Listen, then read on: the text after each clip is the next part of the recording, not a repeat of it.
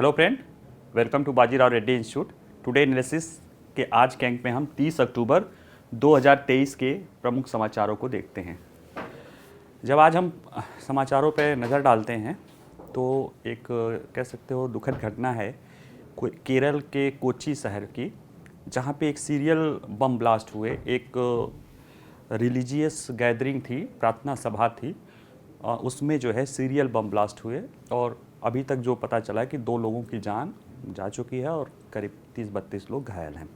ठीक है, तो अब ये घटना आतंकवाद की है, वो सारी चीज़ें तो खैर है ही है, लेकिन ये मुद्दा उसमें एक और चीज़ जुड़ा हुआ है, क्योंकि एक थोड़ा सा एक यूनिक प्रकार के जो धार्मिक समुदाय का वो सम्मेलन था, यहोवा विटनेस, उनको यहोवास विटनेस नाम का एक संप्रदाय है। ये ईसाई संप्रदाय का ही एक अंग है और उसी के ही एक अन्य सदस्य ने इसकी जिम्मेदारी ली है कि उसने बम विस्फोट किया है। ठीक है, तो हम समझने की कोशिश करते हैं कि यहोवा विटनेस कौन है, कौन से संप्रदाय है, इनकी क्या मूल मान्यताएं हैं, इनके मानने वालों की क्या स्थिति है और भारत में इनकी स्थिति, क्योंकि ज़रा समझेंगे तो थोड़ा सा ये एक कह सकते हो कि एक यूनिक टाइप का धार्मिक मान्यता है, मतलब जो अभी चूँकि चर्चा में है इसलिए जानना चाहिए। ठीक है, दूसरा जो समाचार है वो यह है कि ओलंपिक शहरों में जो दावेदारी होती है ना, जो शहर देश नहीं करते, देश अपने शहरों के नाम पे करते हैं कि वो ओलंपिक के आयोजन के लिए दावेदारी पेश करते हैं। हालांकि ये न्यूज़ थोड़ा पुराना हो गया है, क्योंकि 16 अक्टूबर को जो है 16 या 14 अक्टूबर को एग्जैक्ट जो है, जब मुंबई में इसकी ओलंपिक कमेटी की समिति की बैठक हो रही थी, तो उसमें प्रधानमंत्री उद्घाटन के समय बोले थे कि 2036 में भारत जो है ओलंपिक के आयोजन के लिए दावेदारी करेगा। ठीक है, इसलिए ये चर्चा में है। आज जो है द इंडियन एक्सप्रेस में जो अभिनव बिंद्रा जी हमारे कह सकते हैं कि पहले ओलंपियन मेडलिस्ट आप हैं, उन्होंने जो है इसको लेके काफ़ी उन पे पूछा गया है और ये चर्चा में रहा है, तो इसको हम समझेंगे कि ओलंपिक में कैसे जो है शहरों की दावेदारी होती है और उससे जुड़ी हुई कुछ और ज़रूरी रोचक जानकारियाँ समझने की कोशिश करेंगे। तीसरा जो मुद्दा है वो है इंडियन एक्सप्रेस इकोनॉमिक्स टाइम में रहा है। उसमें यह है कि पंजाब में एक केस स्टडी है कि किसान जो पहले पराली जलाते थे, जैसे कई दिन से ये न्यूज़ है कि पराली जलाने की घटनाओं में पंजाब में 53% की कमी दिखी गई है। ठीक है, और यही जो उसने अपना उसने जो अपना स्टेट टारगेट दिया था CQM को, commission of quality air and management को, उसमें भी यही बात उसने कही थी कि हम इस साल 50% तक अपने यहाँ के प्रदूषण में कटौती पराली जलाने में कर सकते हैं। तो उसमें कई सारे उदाहरण है कि प्रदूषण में पराली जलाने में तो कमी आई ही है, साथ ही साथ किसान, पंजाब के कई सारे किसान इससे लाखों पैसा पराली बेच के कमा रहे हैं। ठीक है, तो वो केस स्टडी है, उसको समझने की कोशिश करेंगे कि कैसे वेस्ट से वेल्थ, यानी जो कूड़ा कचरा या जो जला दिया जाता था, इतना अनुपयोगी था कि उसको किसान जला देते थे, उस चीज़ से आज वो सोना बना रहे हैं या पैसा कमा रहे हैं, तो उसको हम समझने की कोशिश करते हैं। ठीक है, चलिए आइए पहले न्यूज़ पे जाते हैं। पहला न्यूज़ जो है चर्चा में, तो यहोवा विटनेस कह सकते हैं कि इस बार जो चर्चा में है ये एक गलत कारणों से है, क्योंकि केरल के कोच्चि में जो है इनका एक प्रार्थना सभा हो रहा था। उस प्रार्थना सभा में जो इन्हीं का ही एक सदस्य है, जो अभी जो उसने अपने आप को पुलिस के समय आत्मसमर्पण किया है और जो वीडियो भी पोस्ट किया है, वो भी इसी यहोवा विटनेस समुदाय का है और बम विस्फोट किया है, IED सीरियल ब्लास्ट, जिसमें 2 लोगों की जान जा चुकी है, कई सारे लोग घायल हैं। और आप कह सकते हैं कि बहुत दिनों बाद जम्मू कश्मीर को छोड़ के, यानी जम्मू कश्मीर का क्षेत्र छोड़ के बहुत दिनों बाद भारत के किसी राज्य में, जम्मू कश्मीर की बात नहीं कर रहे, जम्मू कश्मीर को छोड़कर भारत के किसी राज्य में इस तरह की बम विस्फोट की घटनाएं देखी गई हैं। ठीक है, एक आध थोड़ा सा मामला जो है और भी था, हाँ शायद दक्षिण के ही राज्यों में देखी गई, लेकिन ये जो एक और मामला था वो भी दक्षिण के ही राज्य में थे। ठीक है, तो लेकिन वो मामला और ये अलग है, इसलिए उसको भी हम घालमेल नहीं करेंगे। हम ये समझने की कोशिश करेंगे कि यहाँ पे हमारा समझने का मुद्दा ये है कि आतंकवाद और उस तरह की चीज़ों को भी नहीं समझ रहे हैं। हम समझ रहे हैं कि यहोवा विटनेस या यहोवा के साक्षी समुदाय कौन होते हैं, उनकी क्या मान्यताएं होती हैं भारत में उनकी क्या स्थिति है। ठीक है, इन्हीं संदर्भों में हम इसको समझते हैं। ठीक है, चर्चा में क्यों है ये तो छुपा ही नहीं है। आइए हम समझने की कोशिश करते हैं कि यहोवा विटनेस कौन होते हैं। यहोवा विटनेस, यहोवा के साक्षी बोला जाता है। ये लोग जो होते हैं एक तरह से देखा जाए तो ईसाई धर्म के ही एक संप्रदाय है, एक उनका ही एक जो है पार्ट है, लेकिन यह ईसाई धर्म के मूल मान्यताओं को नहीं मानते हैं। ईसाई धर्म का मूल मान्यता क्या है? ट्रिनिटी को मान्यता दी जाती है ना, holiness of the Trinity. Trinity कौन है? God, Son and Holy Spirit, यानी कि ईश्वर जिसे गॉड कहा गया है, सन जिसे ईसा मसीह, और होली स्पिरिट या पवित्र आत्मा, कुछ लोग उसको बाइबल भी कहते हैं, कि इन तीनों में ईश्वर इन तीनों के रूप में ये तीनों का रूप है, यानी ईसा मसीह ईश्वर के पुत्र हैं और होली आत्मा, ये तीनों में ईश्वर होता है, गॉड इन तीनों के रूप में दिखाई देता है। यह ईसाई धर्म की मान्यता है। इस मान्यता को यह संप्रदाय जो है नहीं मानता है। जो मूल चीज़ है कि एक तरह से आप कह सकते हो कि यह संप्रदाय जो है बाइबिल को तो मानता है, लेकिन जो बाइबिल के ही जो कह सकते हो कि जो और ज़्यादा रा फॉर्म है उसको मानता है। जैसे कि पहला तो ये ईसाई संप्रदाय है, लेकिन ये पवित्र त्रिमूर्ति या हॉली ट्रिनिटी को नहीं मानता। ईश्वर, पुत्र और पवित्र आत्मा विश्वास नहीं कर रहा है। ये जो है ईश्वर की जगह बोलता है यहोवा, यहोवा, इसीलिए इसको यहोवा विटनेस कहते हैं कि ये केवल यहोवा या ईश्वर की पूजा करता है। ये केवल यहोवा की पूजा करता है। ये ईसा मसीह को ईश्वर के तुल्य नहीं मानता है और किसी पवित्र आत्मा को भी नहीं मानता। ये केवल मानता है यहोवा या ईश्वर। वो कौन है?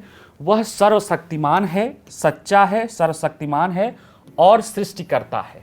यानी जो यहोवा है वो सर्वशक्तिमान, सच्चा और सृष्टिकर्ता है, और बस उसी के सिवा और किसी की भी ये सत्ता को, किसी की भी ये उपासना ये नहीं करते हैं। और ये इतने रिजिड होते हैं कि कई बार इनको लेके जो है बहुत सारी समस्याएं आई हैं। अभी हम देखेंगे, तो जब वो आएंगे तो बताएंगे। ठीक है, दूसरी मान्यता है जैसे कि ईसाई धर्म के लोग मानते हैं कि ईसा मसीह ईश्वर के पुत्र थे। ये मानता है कि ईसा मसीह ईश्वर के पुत्र नहीं है, वह स्वर्ग में ईश्वर के राज्य का राजा है। ईसा मसीह ईश्वर के पुत्र या ईश्वर रूप में न होके स्वर्ग में जो ईश्वर ने जो स्वर्ग बनाया है उसका वो राजा है। ठीक है, ये इस रूप में उसकी मानते हैं, लेकिन यह सर्वशक्तिमान ईश्वर के रूप में नहीं है। यानी ईश्वर को छोड़ के, जैसे ईसाई धर्म में ईश्वर, ईसा मसीह और पवित्र आत्मा तीनों को माना जाता है, यह केवल ईश्वर को मानता है। और क्या है, इसी से और क्या आता है कि यह कहते हैं कि वो अपनी बाइबिल को की मान्यताओं को केवल बाइबिल पे आधार पे यह मानते हैं। साथ ही में वह ईस्टर और क्रिसमस आदि त्योहारों को नहीं मानते हैं। क्रिसमस या ईस्टर आदि के त्यौहार जो किसी भी ईसाई धर्मावलंबी के लिए बहुत महत्वपूर्ण होता है, कह सकते हो कि बहुत पवित्र त्यौहार है, इसको ये लोग नहीं मानते हैं। क्यों? क्योंकि ये इस ईसा मसीह को क्या मानते हैं कि जो स्वर्ग के राजा हैं, वो ईश्वर के रूप नहीं मानते हैं, जबकि और ईसाई धर्मावलंबी उनको ईश्वर के बराबर की सत्ता देते हैं। ठीक है, इनके धार्मिक क्रियाकलापों में देखोगे तो यहोवा विटनेस अपने इवांजलिस्ट कार्य होता है, यानी उसके जगह जा लोगों को सिखाते हैं। और सबसे महत्वपूर्ण है, ये बताते हैं कि दुनिया का अंत निकट है। ये सबको बताते हैं कि दुनिया का अंत निकट है और केवल यहोवा विटनेस जो लोग हैं वही बचेंगे, और जो ईश्वर का राज स्थापित हो जाएगा, और जो वर्तमान की सरकारें हैं वह सब क्या होगी? समाप्त हो जाएगी।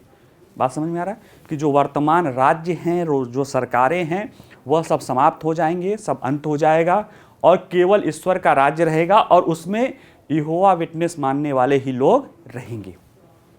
यानी इस तरह से नए किसी और ईसाई धर्म के ही किसी और जो धार्मिक प्रतीक है उनको नहीं मानते हैं, ये किसी भी राज्य की लिए उनकी कोई वो नहीं है, क्योंकि राज्य को ये क्या मानते हैं, ईश्वरी मानवीय सरकारों, राज्य इसकी कोई नहीं, सब ईश्वर के सिवा इसको कुछ नहीं मानते हैं।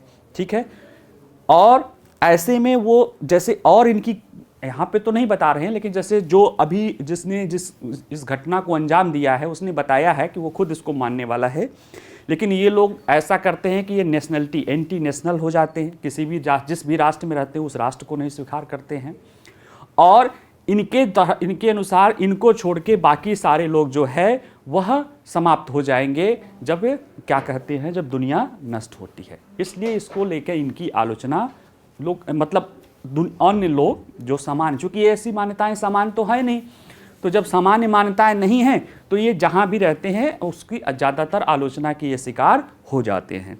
ठीक है, अब अगर इनकी मानने वालों की संख्या देखी जाए, अनुयायी, तो ऐसा नहीं कि इनके मानने वाले कम हैं, इनके मानने वाले भी दुनिया में लाखों हैं। और इसकी शुरुआत हुई थी 1870 के दशक में अमेरिकी पादरी चार्ल्स टेज रसेल द्वारा एक बाइबिल छात्र आंदोलन, बाइबिल स्टूडेंट मूवमेंट शुरू किया गया था। उसी से ही इसमें शुरू किया गया था, और ये लोग अपने को जो है मिनिस्टर बोलते हैं, और वो घर घर जाके बाइबिल की शिक्षाएं, और वही वाली अपनी वाली शिक्षा की, बाइबिल के सिवा किसी को न मानो, कि ये शिक्षा देते हैं। यहोवा विटनेसों का जो गवर्निंग बॉडी है वो वारविक न्यूयॉर्क में है, और इनके सिद्धांतों को प्रसारित करने वाली जो मुख्य दो संस्थाएं हैं, एक वॉच टावर बाइबिल और एक है ट्रैक्ट सोसाइटी ऑफ पेंसिल्वेनिया, ये दोनों ही मुख्यालय वारविक न्यूयॉर्क में है। ठीक है, ये तो थोड़ा सा इनकी प्री के बारे में सूचना हुई। अब जो महत्वपूर्ण है कि भारत में यहोवा विटनेस की क्या स्थिति है। देखिए, ये इनका जो अपना वेबसाइट है JW यहोवा, जे से लिखा जाता है, यहोवा विटनेस ORG, वो कहते हैं कि भारत में लगभग 56,747 सदस्य हैं, वो उसको मिनिस्टर बोलते हैं, मिनिस्टर हैं जो बाइबिल की शिक्षा देते हैं। यह यहोवा विटनेस जो है 1905 से भारत में मौजूद हैं, और उन्होंने 1926 में मुंबई में एक कार्यकाल, उसमें बॉम्बे था, आज मुंबई कार्यालय स्थापित किया, और 1978 में इसका कानूनी पंजीकरण कराया। और उसी वेबसाइट पे ये भी लिखते हैं कि भारत का संविधान उनको जो मौलिक अधिकार धर्म की देता है, उसकी वजह से वो यहाँ पे अपना कार्य कर सकते हैं, यानी कहीं ना कहीं वो भारत के धर्म संविधान की जो धार्मिक स्वतंत्रता या आर्टिकल 25 है, 26, उसके बारे में भी ये बातें बताते हैं। ठीक है, इनको लेके दो प्रमुख जो घटनाएं हैं, अगर इनको जरा भारत में स्थिति को समझना हो तो दो प्रमुख मुद्दे हैं। एक है बीजो इमैनुअल, और दो और लोग थे, दोनों तीनों भाई ही थे। इनको किसी स्कूल में पढ़ने गए थे केरल के, और वहाँ पे इनको जो है राष्ट्रगान नहीं गाने के कारण इनको सजा दी गई थी। तो उनके घर वालों ने जो है पहले केरल के हाई कोर्ट और फिर बाद में सुप्रीम कोर्ट में आए 1986 में। और जब 1986 में ये आए तो इनको लेके सुप्रीम कोर्ट के जजेस भी बड़ा वो अचंभित थे, क्योंकि उनको भी इनके बारे में नहीं पता था।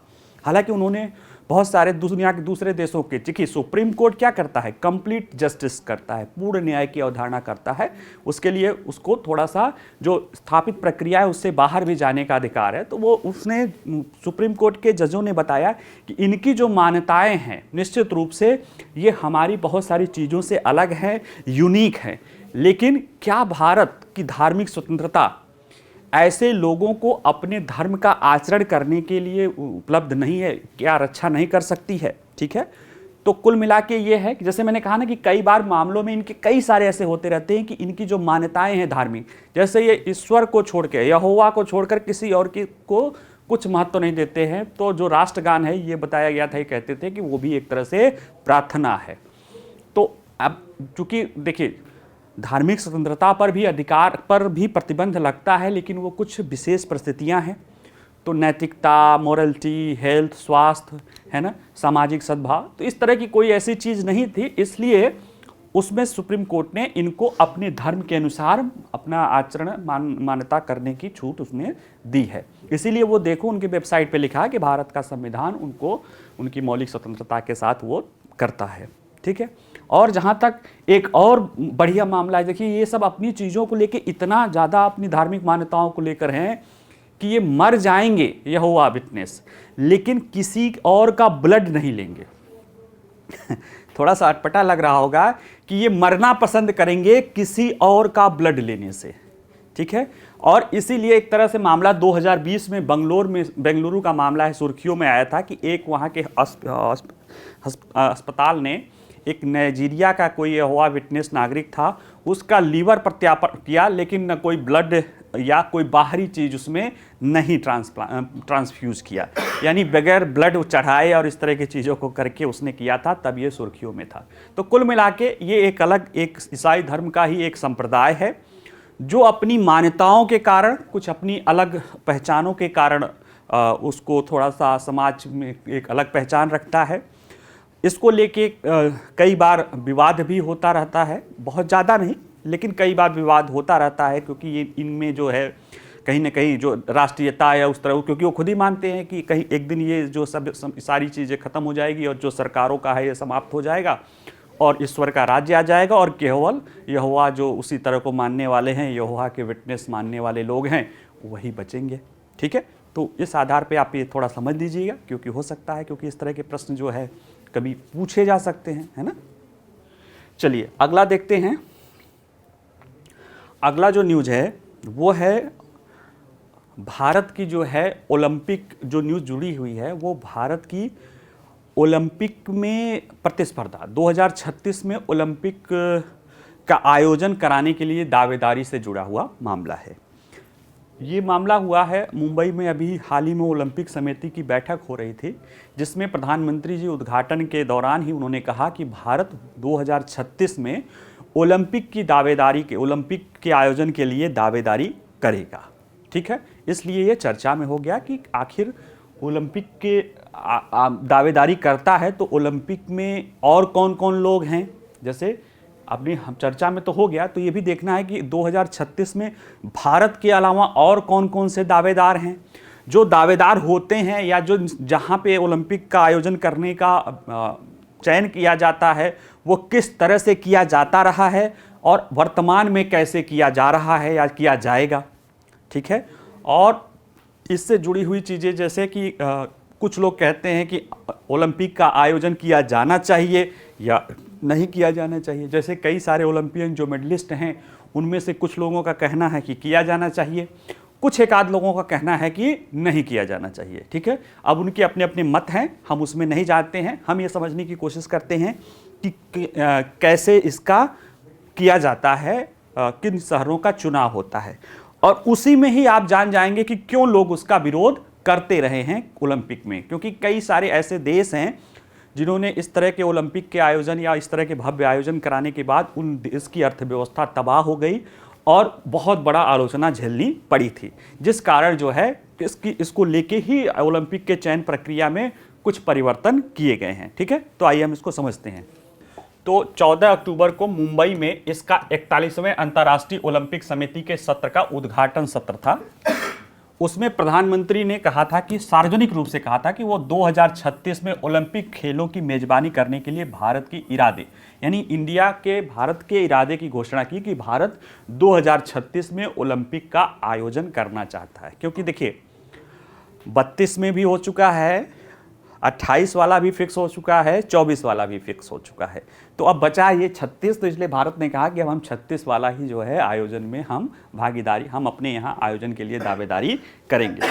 और अभी तक केवल ये इंपॉर्टेंट क्यों है, केवल 3 एशियाई देशों ने ओलंपिक की मेजबानी की है, जिसमें चीन 2008 में किया है, दक्षिण कोरिया और जापान है। जापान 2 बार कर चुका है, 1964 में और अभी पिछला 2020 में, यानी 2 बार कर चुका है, खेलों की मेजबानी कर चुका है। और जहाँ तक और कितने लोग मेजबानी करने की बात है, तो भारत के साथ ही साथ कम से कम 5 पुष्ट देश, यानी जिन्होंने ये खुश कह चुका है कि हाँ हम करेंगे, उन्होंने 2036 के खेलों के लिए मेजबानी में अपनी रुचि दिखाई है। और अगर ये भारत को मिल जाता है तो कहीं ना कहीं ये भारत के लिए एक बहुत महत्वपूर्ण चीज़ है, क्योंकि वर्ष 2010 के बाद जो राष्ट्रमंडल खेल हुए थे, कॉमनवेल्थ गेम, उसके बाद यह एक बहुत बड़ा आयोजन होगा। हालांकि राष्ट्रमंडल खेल या एशियाटिक गेम जो भी हुए थे वो सब मिला के जिस बड़े पैमाने पर ये गेम आयोजन किया जाता है, जितने बड़े पैमाने पे एथलीट्स दुनिया के आते हैं, उसकी तुलना नहीं की जा सकती। लेकिन फिर भी ये भारत में कह सकते हो कि 2036 में अगर ये आयोजन किया जाएगा तो एक खेल के परिदृश्य में और दुनिया के कह सकते हो कि पूरे मैप पे जितने समय तक ओलंपिक होता है उसके काफ़ी समय पहले से लेके उससे काफ़ी समय बाद तक वो देश और वो शहर चर्चा में रहता है। इसलिए ज़्यादातर देश ओलंपिक के खेलों का आयोजन कराना चाहते हैं। वो कई बार, जैसे चीन ने जब ओलंपिक खेलों का आयोजन कराया था तो आपको 2008 में, तो कहीं ना कहीं वो चीन का जो है अपने कह सकते हो विकास का सबसे स्वर्णिम दौर चल रहा था। तो ऐसे में जो कहीं ना कहीं ये माना जाता है कि भारत भी कराना चाह रहा है, क्योंकि भारत ने भी अपनी 2047 तक विश्व विकास का लक्ष्य रख रखा है। और अभी पीछे 1-2 दिन पहले ही हमने देखा था कि दुनिया ये कह रही है कि 2030 तक भारत तीसरी बड़ी अर्थव्यवस्था जापान को पछाड़ के हो जाएगी। तो कई सारी ऐसी चीज़ें हैं जो कहीं ना कहीं भारत को दावेदारी पेश करने के लिए पूरी तरह से वो परिस्थितियाँ बना रही हैं कि वो पेश करे। और अगर भारत ओलंपिक का आयोजन करता है तो ये भारत के लिए एक गौरवान्वित करने की बात है। जैसे G20 का सम्मेलन हुआ तो आपने देखा कि पूरे दुनिया के मैप पे, पूरे दुनिया के थिंकिंग में भारत साल भर तक बना रहा था।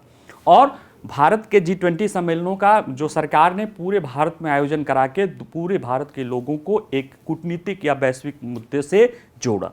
तो उसी तरह से ओलंपिक भी वो उस तरह का होता है जो आपके देश को जो है एक कहते हैं स्पॉटलाइट में ला देता है, और दुनिया भारत के लोग भी उस तरह के लेकर मोबिलाइज होते हैं। हालांकि उसको लेके समस्याएं भी होती रही हैं, ठीक है। समस्याएं इसलिए होती रही हैं कि कई सारे देशों पे देखा गया कि ओलंपिक के आयोजन ने ही उस पूरे देश की अर्थव्यवस्था को तबाह कर दिया।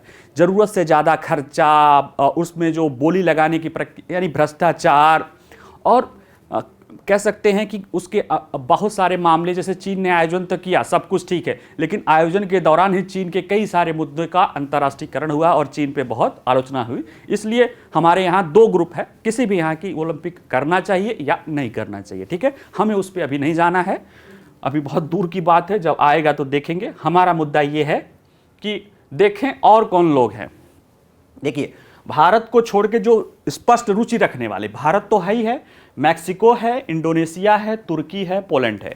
मैक्सिको अपने मैक्सिको सिटी और 2-3 शहरों के साथ किया है।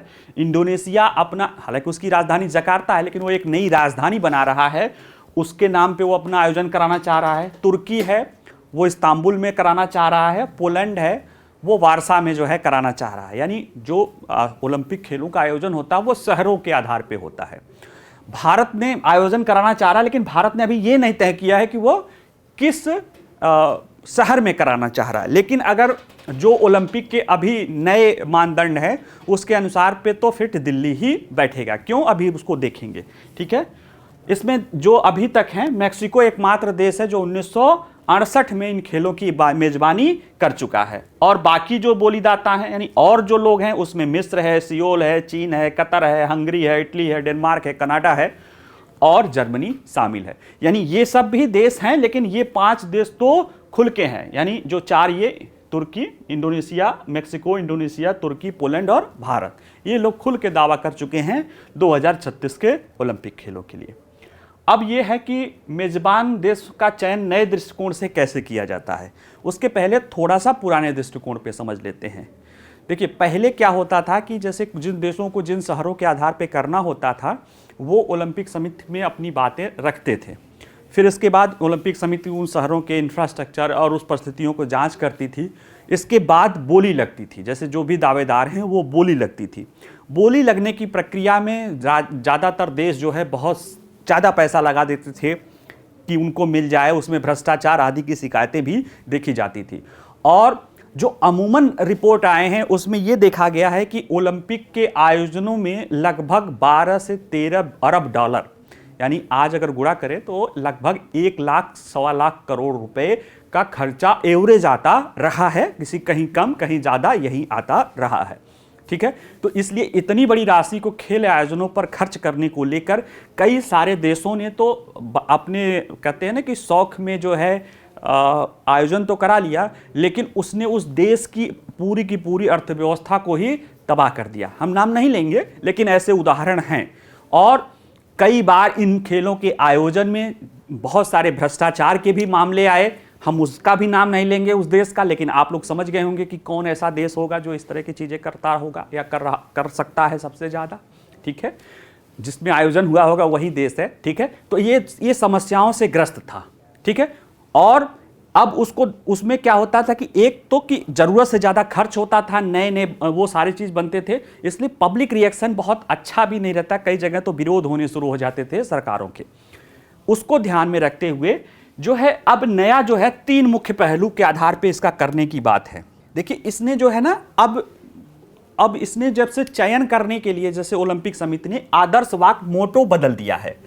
मोटो जैसे पहले तो अब मोटो बदल दिया गया। मोटो क्या है? खेल क्षेत्र के अनुसार अनुकूल होते हैं, क्षेत्र खेलों के अनुसार अनुकूल नहीं होता। यानी इसका कहना है कि जो गेम है वो जो कोई क्षेत्र विशेष है उसके अनुसार अपने को अडॉप्ट कर लेगा, न कि खेल के अनुसार। यानी खेल मतलब यहां ओलंपिक मान लो कि जो ओलंपिक का आयोजन है जिस क्षेत्र में हो रहा है उसके व्यवस्था के अनुसार अपने को अडॉप्ट कर लेगा, न कि इस खेल के अनुसार उस देश की व्यवस्था को अपने अनुसार अडॉप्ट करो। इसका मतलब है कि इसमें जो है लचीलापन, रिसाइलेंसी, स्टेबिलिटी या सस्टेनेबिलिटी और लागत प्रभावशीलता, यानी अब जो खेलों का आयोजन होगा उसमें लचीलापन यानी जलवायु और पर्यावरण पारिस्थितिकी के प्रति लचीलापन हो, सततता हो और लागत रूप से प्रभावी हो। यह बात ये कह रहा है कि अब जो आयोजन किया जाएगा उसमें यह ध्यान रखने की जरूरत है कि जो भी इंफ्रास्ट्रक्चर पहले से चले आ रहे हों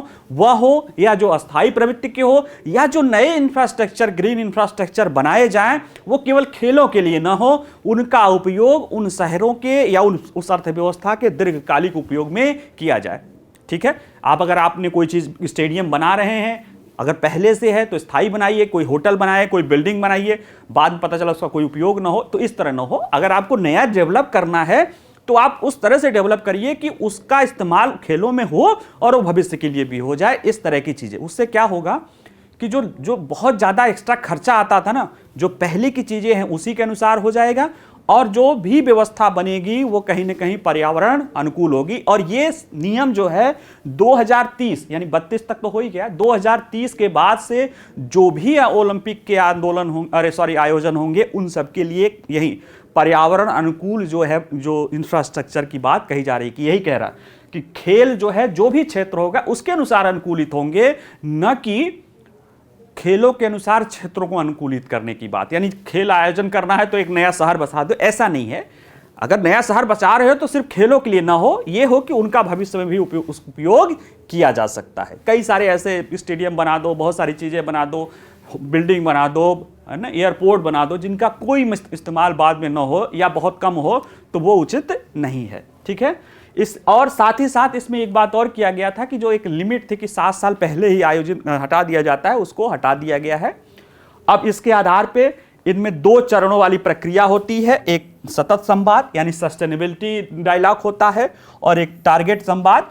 इनके आधार पे जो है अपना आपस में मिल बांट के जो है निर्धारित किया जाता है। कई बार जैसे एक से ज्यादा दावेदार होते हैं तो उनको 2 बार दे दिया जाता है, भाई चलो तुम अभी करो, एक और उसके बाद करेगा। तो कुल मिला के जो वो समस्या थी कि जिसके कारण बहुत ज़्यादा खर्चा आता था और उसमें कह सकते हो कि बहुत ज़्यादा आलोचना का शिकार होना पड़ता था, उससे बचा जाने लगा है। देखिए, स्थिरता और लागत प्रभावशीलता के बारे में। ठीक है, तो इसमें अब जब हो रहा है कि बुनियादी ढांचा इंफ्रास्ट्रक्चर दीर्घकालिक स्थिरता सुनिश्चित करने वाला हो और किसी सार्वजनिक प्रतिक्रिया यानी पब्लिक रिएक्शन से बचना होगा, और मेजबानों को जहां तक संभव हो मौजूदा और अस्थायी स्थानों का ही उपयोग करने के लिए प्रोत्साहित किया जाएगा।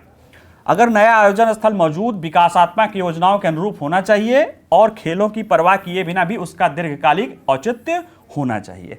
तो इस तरह से देखा जाए तो कहीं ना कहीं ओलंपिक में अब 2030 के बाद जो है जलवायु सकारात्मक प्रतिबद्धता की बात आ रही है कि अगर आप अगर नया इंफ्रास्ट्रक्चर डेवलप कर रहे हैं तो सिर्फ ओलंपिक के लिए नहीं होना चाहिए, उसका आपको दीर्घकाल तक के लिए उपयोग भी होना चाहिए। ये सारी पहलुओं पर वो ध्यान देती है। और अगर इस पहलुओं पर ध्यान दोगे तो आपको दिल्ली, क्योंकि दिल्ली ऑलरेडी एशियाड भी आयोजन कर चुका है, यहाँ पे जो है कॉमनवेल्थ भी गेम का आयोजन किया जा चुका है, ऐसे में और G20 का भी आयोजन कर चुका है भारत, ऐसे में दिल्ली दिल्ली के देखा जाए तो ये वो जो बात है ना कि जहाँ तक संभव हो पहले से मौजूद हो, तो इस तरह की चीज़ों के लिए मैं इसलिए कह रहा हूँ कि दिल्ली ही ज़्यादा हमें लग रहा है कि अगर उस क्राइटेरिया पे करेंगे तो भारत हो सकता है दिल्ली की ही दावेदारी करे, क्योंकि और शहरों में उतने स्तर का, जैसे कई शहर हैं जो इंफ्रास्ट्रक्चर में अच्छे हो सकते हैं लेकिन खेल का इंफ्रास्ट्रक्चर वहाँ उतना अच्छा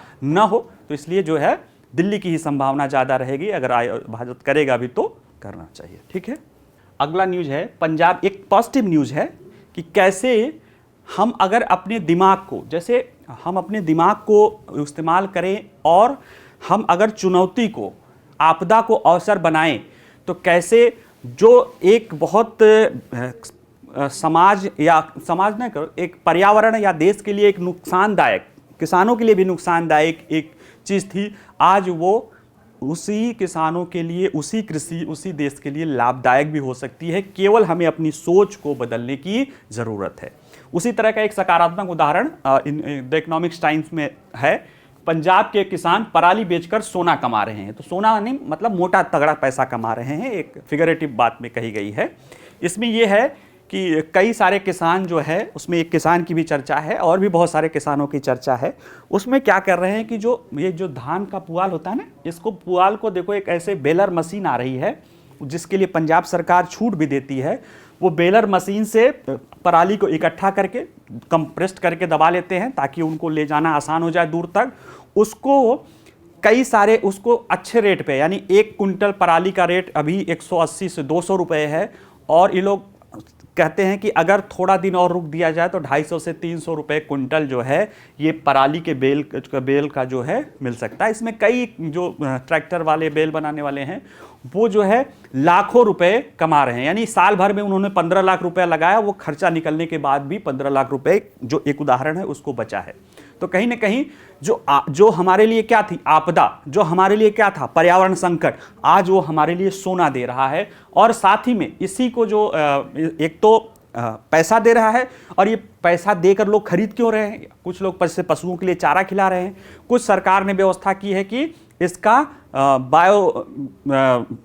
बायोगैस प्लांट में इसका बायो सीएनजी बनेगा, और जो इलेक्ट्रिसिटी डेवलपमेंट, मतलब जो जनरेशन पावर प्लांट हैं या जो ईंट भट्ठे हैं, उनमें भी इसका इस्तेमाल हो रहा है। और इससे कहीं ना कहीं ऊर्जा की बचत, जो परंपरागत ऊर्जा ईंट भट्ठे में उतना कोयला बचेगा, या बिजली बनाने में भी उतना जो है कोयला आदि का चीज़ बचत होगी, और कंप्रेस्ड नेचुरल गैस बनेगा। तो जो हम बाहर से आयात कर रहे हैं उनसे भी हमें राहत मिलेगी।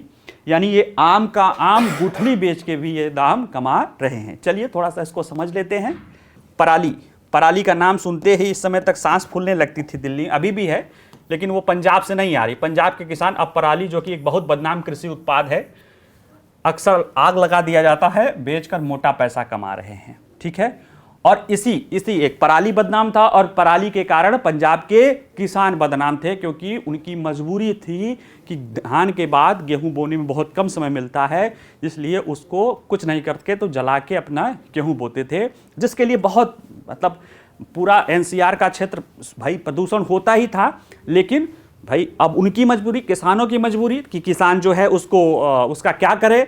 सरकारों ने पहले शुरुआत में दंड लगाया, लेकिन दंड आदि का भी कोई बहुत फ़ायदा होता नहीं है। लेकिन फिर सरकारों ने उसमें और ध्यान दिया, और उसमें जो ध्यान दिया वो आया पंजाब में पराली का ex-situ प्रबंधन। यानी जो CQM या कमीशन ऑफ क्वालिटी मैनेजमेंट है एनसीआर की, उसने पराली प्रबंधन के लिए 2 प्रक्रिया, इन सिटू यानी जहाँ पे है वहीं पे उसी स्थान पे उसका निपटान करना, जिसमें खेतों में है उसको मिलाने की बात आ रही है, या जीरो से ड्रिल की बात आ रही है, या उसको बायोडिकम्पोजर द्वारा करने की बात आ रही है, और ex-situ यानी उसको, उस पराली को वहाँ से ले जाके कहीं और उपयोग करने की। तो यहाँ पे जो मामला है कि वो ex-situ का है, कि ex-situ के तहत जो है पंजाब सरकार वहाँ बेलर खरीदने के लिए दे रही है। ईंट भट्ठों के लिए अपनी कुल ईंधन का 20% आपको इसी लेना होगा। और उसमें देखिए कि एक किसान है, उसने जो है पराली के गांठों को बेच के लाखों रुपए इसमें कमाया है। और जो पंजाब में अगर पराली की चुनौती देखें तो पंजाब में टोटल 31 लाख हेक्टेयर जो है धान की खेती की जाती है, जिसमें अनुमानतः 120 से 200 लाख टन पराली के उत्पन्न होने की, मतलब ये अनुमान रहता है कि हर साल 180 से 200 लाख टन जो है पराली वहाँ पे निकलेगी 31 जो है लाख हेक्टेयर में, जिसमें से 120 लाख टन का जो है इन सीटू यानी खेतों में ही उसका प्रबंधन कर दिया जा रहा है। 30 लाख टन एक्स का प्रबंधन एक्स सीटू यानी खेतों के बाहर, यानी ले जाके जो है उसको ईंट भट्ठों में, बिजली उत्पादन में, या जो है कंप्रेस्ड बाय नेचुरल गैस बनाने में उसका इस्तेमाल किया जा रहा है। ठीक है, और इसके कारण जो है किसानों को जो है बहुत ज़्यादा लाभ हो रहा है। इसी तरह का एक मुद्दा जो है 18 अक्टूबर 2022 को पंजाब के संगरूर जिले में एक निजी कंपनी ने पहला जैव ऊर्जा संयंत्र शुरू किया था और धान की पराली से कंप्रेस्ड बायोगैस, या बायोगैस जिसको आप मीथेन बोलते हैं, तो कंप्रेस्ड बायोगैस बनाना, यानी मीथेन बना के उसको कंप्रेस्ड करके फिर उसका इस्तेमाल जैसे हम और चीज़ों के लिए करते हैं ना, सीएनजी आदि की तरह, वही इस तरह उसका इस्तेमाल करने के लिए किया था। और ये वो व्यवस्था है जिसमें कहीं ना कहीं किसान को, जैसे इसी में आंकड़ा था कि जो कंप्रेस्ड बायोगैस बनता इससे 47 रुपये लीटर था, लेकिन जो इस आधार पे देखा गया कि किसान को प्रति एकड़ अगर वो पराली बेचे उस पे तो 17,000 रुपये फायदा आता है। यानी कि जितना धान से आ रहा था उसका 30% अब वो पराली जला के कमा सकता है, बेच के कमा सकता है इस compressed bio natural gas plant में। यानी क्या है कि अब जो ये अपशिष्ट से धन, यानी जो हमारा खरपतवार था, जो प्रदूषण फैलाता था, जो पंजाब के किसानों को बदनाम कर रहा था, हमने उसका मैनेजमेंट कर लिया। यानी अपशिष्ट से कह सकते हो अपशिष्ट से धन, वेस्ट से वेल्थ वाला जो अप्रोच अपना लिया, चक्रीय अर्थव्यवस्था वाला अप्रोच अपना लिया, तो वहीं आज वहाँ के किसानों को रोजगार दे रहा है, आय दे रहा है, और हम अपना बहुमूल्य संसाधन बचा रहे हैं जो जीवाश्म ईंधन पर हम बाहर देके खर्च करते हैं। ठीक है, चलिए आज इतना ही। आप लोग पढ़िए, और पीडीएफ एक दिन बाद मिल ही जाता है, आप लोग उससे अपना नोट्स बनाइए, अपना आगे करिए। ठीक है, नमस्कार।